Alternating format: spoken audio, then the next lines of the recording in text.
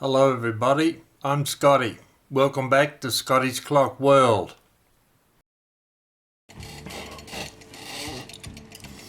I forgot to mention earlier, when I took the pendulum leader off, which sits there on the movement, I took it off, put it aside.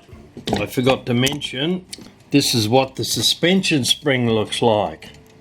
First piece, second piece. Completely broken in half. That's why the pendulum leader was hanging down the bottom. I've ordered some more from the UK. They should be here in a couple of weeks' time, I hope. So that'll hold us up for a little while on this movement. But in the meantime, I'll start another one to keep us going. The other thing I noticed when I took the hammers off, there's 3 different types of lift levers on them. I've never seen a triple chine before, so I didn't think to look for this before I took them off. However, it may be very interesting putting this all back together again. What we've got here, once I get them sorted out a bit, we've got 4 hammers with a little lift lever on them in the center of each base of the hammer here, right in the center.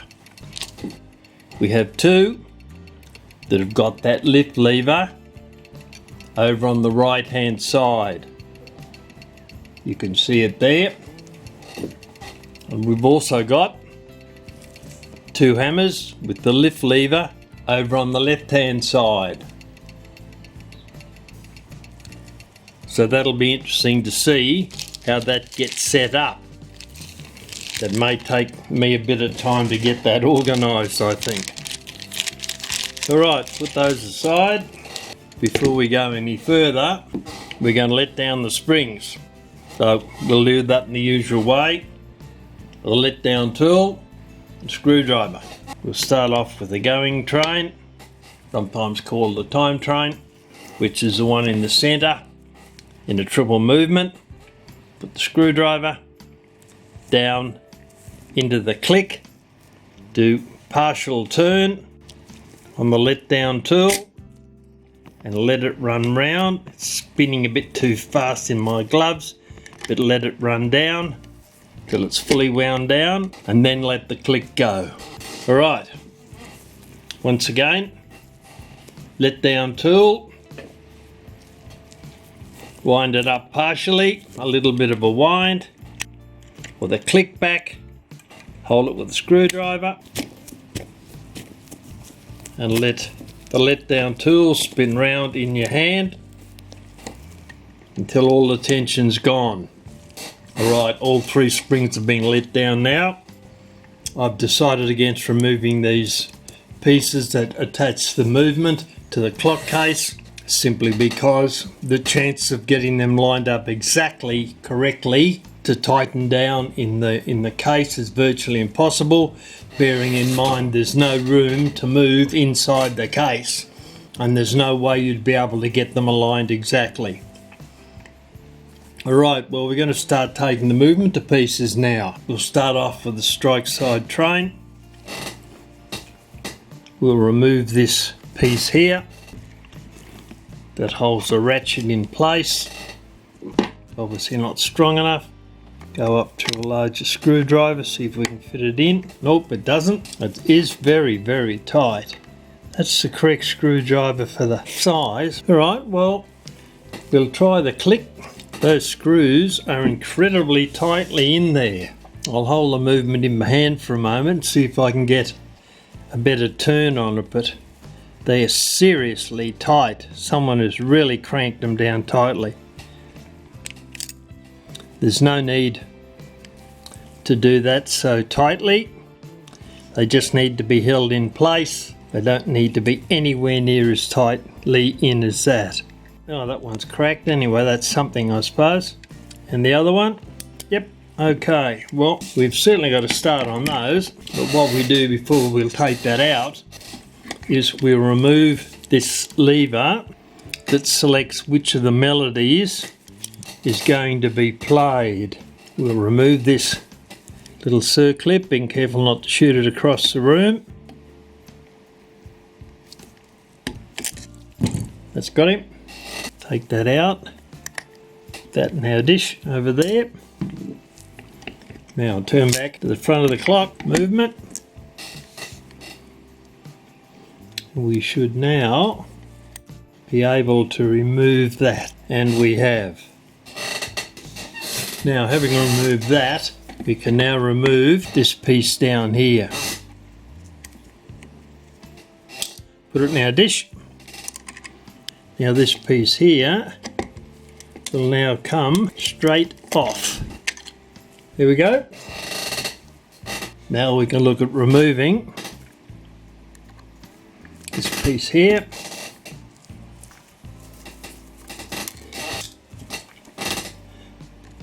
That holds the ratchet in place. Take the screws out. Lift that up.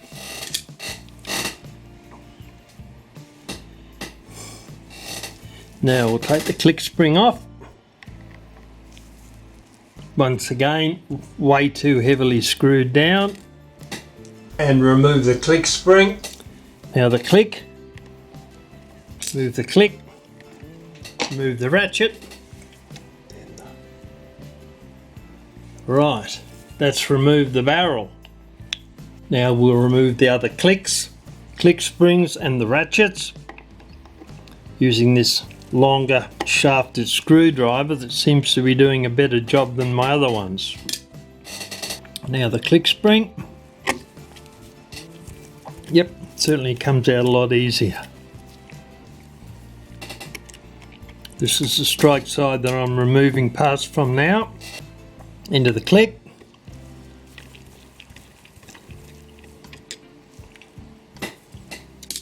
Move the screw. We got the click. Also the ratchet. Probably get under it easier that side. That's got him. Now we can remove the barrel. The mainspring barrel. Line that up. Almost right. Now over to the chime side. We'll remove that little spring from behind there. Click spring first. Do the screw. Put it aside there. Now the piece that holds the ratchet down. That in the same container, keeping the parts separate, one side to the other. Now the click. Unscrew it and put both the click and the screw into our dish. Now we can remove the ratchet, that piece there, put it aside in our dish. Remove that spring so we can get the chime barrel out. We'll take those to pieces soon, clean them up. You can see there's a lot of congealed grease and muck and stuff on there. We'll take them out, we'll clean the springs, clean all the parts, open them up before we put them into the ultrasonic cleaner. But that's the barrel from the chime side. There we go, you can see oil and muck up on the top up there. I'll run over that with a piece of boxwood peg out wood. There you can see the gunk I've just got off that with a quick wipe.